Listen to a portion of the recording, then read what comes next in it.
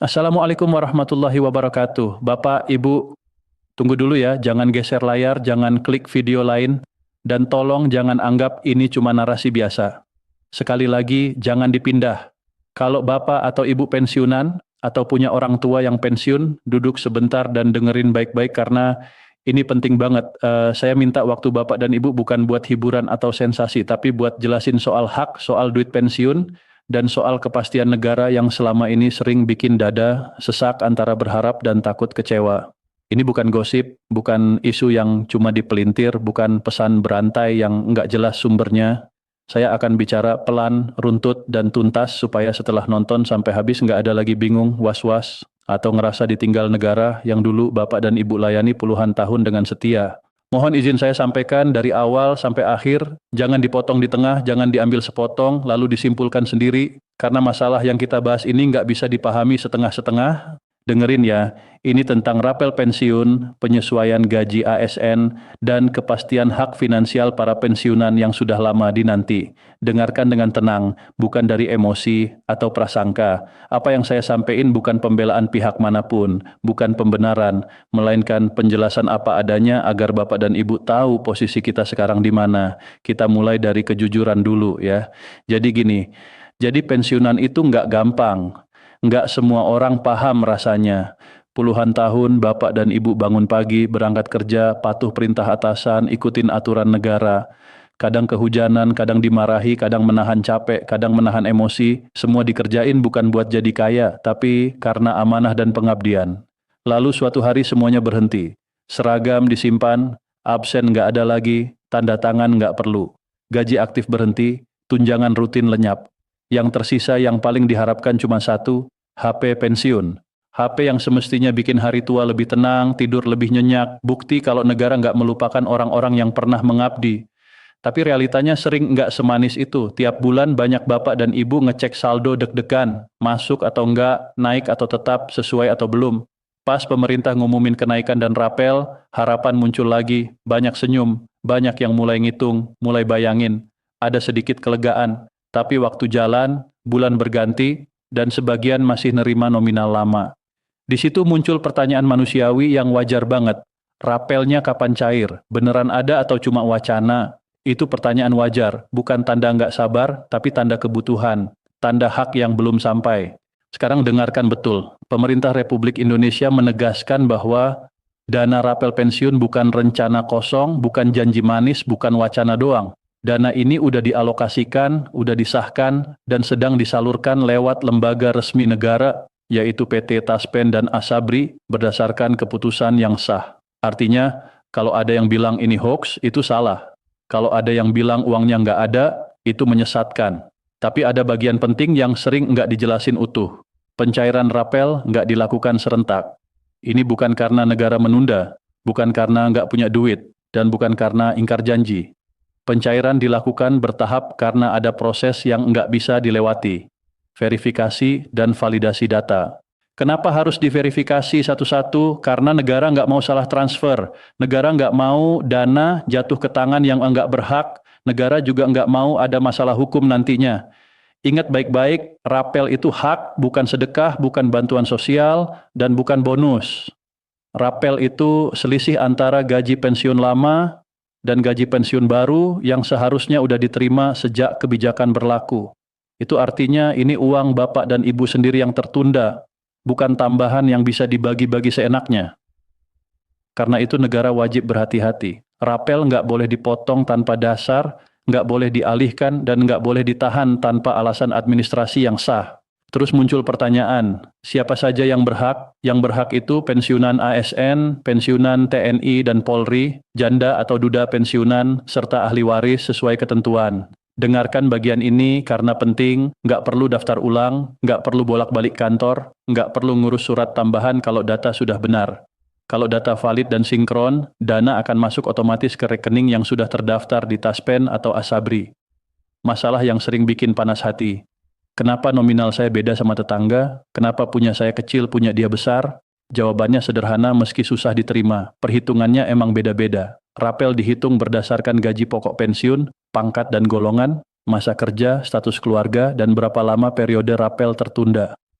Bukan pilih kasih, bukan ketidakadilan, bukan karena siapa yang dekat siapa, semua dihitung oleh sistem. Jadi kalau beda, biasanya karena parameter di atas beda. Sekarang bagian yang sering disalahpahami, otentikasi dan verifikasi, banyak yang protes.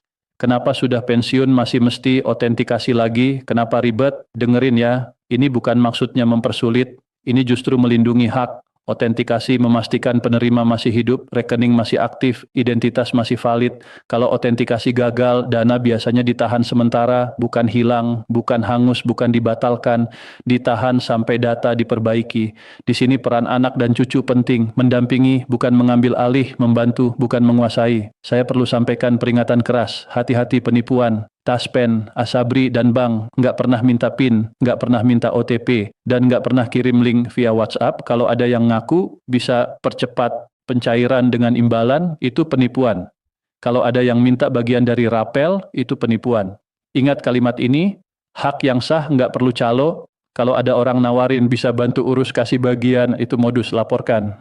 Pertanyaan lain, kalau rapel udah dialokasikan dan disalurkan, kenapa masih ada yang belum nerima? Jawaban enggak sesederhana, tunggu. Sistem pembayaran pensiun nasional nyambung ke banyak data. Data kepegawaian, data kependudukan, data perbankan, sampai data kematian.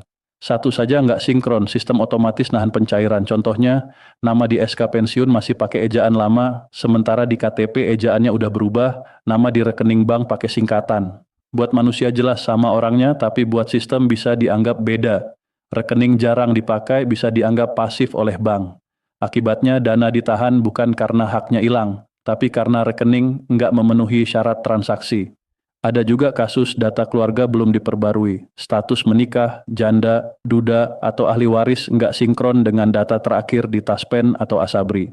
Dalam kondisi gitu, sistem nggak berani cairkan karena khawatir salah sasaran. Makanya verifikasi ulang dilakukan bukan karena negara nggak percaya, tapi karena negara wajib memastikan uang negara benar-benar sampai kepada yang berhak. Sekarang soal tanggal yang lagi rame dibahas 15 Februari. Ini harus dipahami betul. Tanggal itu adalah patokan kebijakan atau target teknis, bukan jaminan semua orang cair di hari yang sama. Dalam kebijakan negara selalu ada pernyataan arah, aturan teknis, dan pelaksanaan bertahap. Jangan terjebak judul bombastis tanpa dokumen resmi. Rapel bisa cair hari ini, bisa besok, bisa beberapa hari atau minggu setelah tanggal tersebut. Yang penting status penerima aktif, data benar, dan rekening aktif. Kalau belum cair, yang harus dilakukan bukan panik, tapi cek data. Cek di kanal resmi, jangan percaya rumor.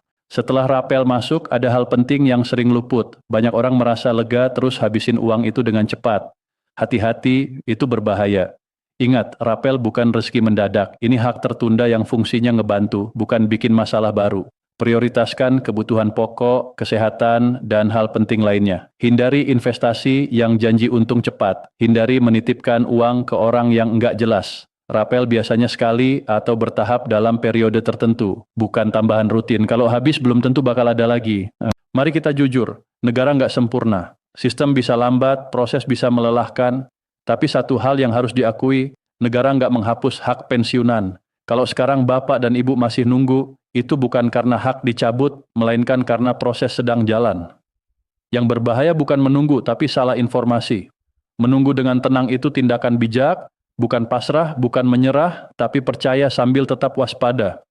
Cek data, tanya ke kanal resmi, lengkapi administrasi kalau perlu. Jangan marah ke sesama pensiunan. Jangan sebarkan ketakutan. Kita semua di perahu yang sama. Saya mau jelasin langkah-langkah praktis kalau Bapak atau Ibu masih belum nerima rapel. Pertama, cek status di kanal resmi Taspen atau Asabri. Kalau perlu telepon call center resmi, jangan lewat calo. Kedua, pastiin data identitas, nama, NIK, alamat, sinkron antar dokumen, SK, pensiun, KTP, dan rekening bank. Ketiga, pastikan rekening bank yang tercatat aktif dan bisa menerima transfer. Kalau rekening ditutup atau jarang dipakai, lapor dan update ke lembaga terkait. Keempat, cek status keluarga di data Taspen Asabri kalau ada perubahan, pasangan, ahli waris, atau perubahan status lain. Kelima, kalau ada kendala verifikasi, bantu keluarganya untuk lengkapi dokumen. Bukan kasih uang ke orang yang ngaku bisa percepat proses. Ingat, segala proses resmi butuh dokumen sah. Saya juga ingin berbagi beberapa alert penting. Jangan percaya pesan WhatsApp yang minta data sensitif, Jangan klik link dari nomor nggak kenal, jangan transfer uang ke akun yang mengaku bisa bantu percepat. Kalau ragu, hubungi kantor Taspen atau Asabri terdekat, atau bank yang jadi penyalur. Selalu minta nomor referensi resmi. Kecuali ada nomor resmi, anggap itu penipuan. Dengerin juga soal selisih nominal. Banyak yang protes karena perbedaan besar, padahal perhitungan itu rumit. Rapel dihitung berdasarkan banyak variabel, masa kerja, pangkat, golongan, masa penundaan, status keluarga. Jadi kalau ada yang katanya kok beda jauh, biasanya karena perbedaan satu atau beberapa komponen. Jangan langsung menyalahkan pihak lain. Kalau masih ragu, minta penjelasan resmi ke Taspen atau Asabri, minta rincian perhitungan rapel. Mereka wajib jelasin komponen perhitungan kalau diminta. Sekarang saya mau jelasin lagi soal verifikasi yang sering bikin panik. Kalau autentikasi gagal, bukan berarti duit hilang. Duit ditahan sementara sampai data diperbaiki. Ingat, uang itu bukan hangus. Kalau terjadi hal seperti ini, keluarga harus bantu untuk urusin perbaikan data, update KTP, update data bank, atau daftar ulang kalau diperlukan. Namun, jangan percaya orang yang minta bayaran untuk urusin itu. Urusan administrasi resmi itu gratis kalau lewat kanal resmi. Saya juga pengen ngomong dari hati ke hati, masa pensiun itu waktu untuk berdamai dengan hidup, berdamai dengan apa yang sudah dilakukan, berdamai dengan yang belum sempat tercapai. Jangan biarin satu proses administrasi merusak ketenangan yang seharusnya dinikmati. Rapel akan datang, hak tidak dihapus. Proses sedang berjalan, yang paling penting jaga kesehatan, jaga pikiran, dan jaga hubungan dengan keluarga. Ingat, uang cuma alat, ketenangan itu tujuan. Sekarang sedikit penguatan. Kalau Bapak dan Ibu merasa perlu mengambil langkah, lakukan dengan kepala dingin. Cek kanal resmi, minta klarifikasi resmi, dan laporkan kalau ada penipuan. Jangan ikut menyebar berita yang belum jelas sumbernya. Kita semua harus saling bantu dengan informasi yang benar, bukan menambah kepanikan. Saya juga mau titipkan beberapa kalimat yang mudah diingat. Hak yang sah nggak butuh calo. Kalau ada yang minta PIN atau OTP, itu penipuan. Cek data dulu, dan kalau ragu, langsung hubungi lembaga resmi. Simple tapi penting. Sebelum saya tutup, saya ulangi inti yang harus nempel di kepala Bapak dan Ibu. Dana rapel itu nyata, udah dialokasikan, dan sedang dicairkan lewat mekanisme resmi. Prosesnya bertahap karena verifikasi data. Kalau belum cair, bukan berarti hak dicabut, melainkan proses lagi jalan. Cek data, laporkan kalau ada masalah, dan jauhi calo serta penipu. Setelah dapat, pakai dengan bijak, prioritaskan kebutuhan, kesehatan, dan hal penting, jangan tergoda investasi cepat yang berisiko tinggi. Terima kasih banyak Bapak dan Ibu yang sudah mendengarkan dari awal sampai akhir. Semoga penjelasan ini ngasih kejelasan, menenangkan hati, dan meredakan rasa was-was.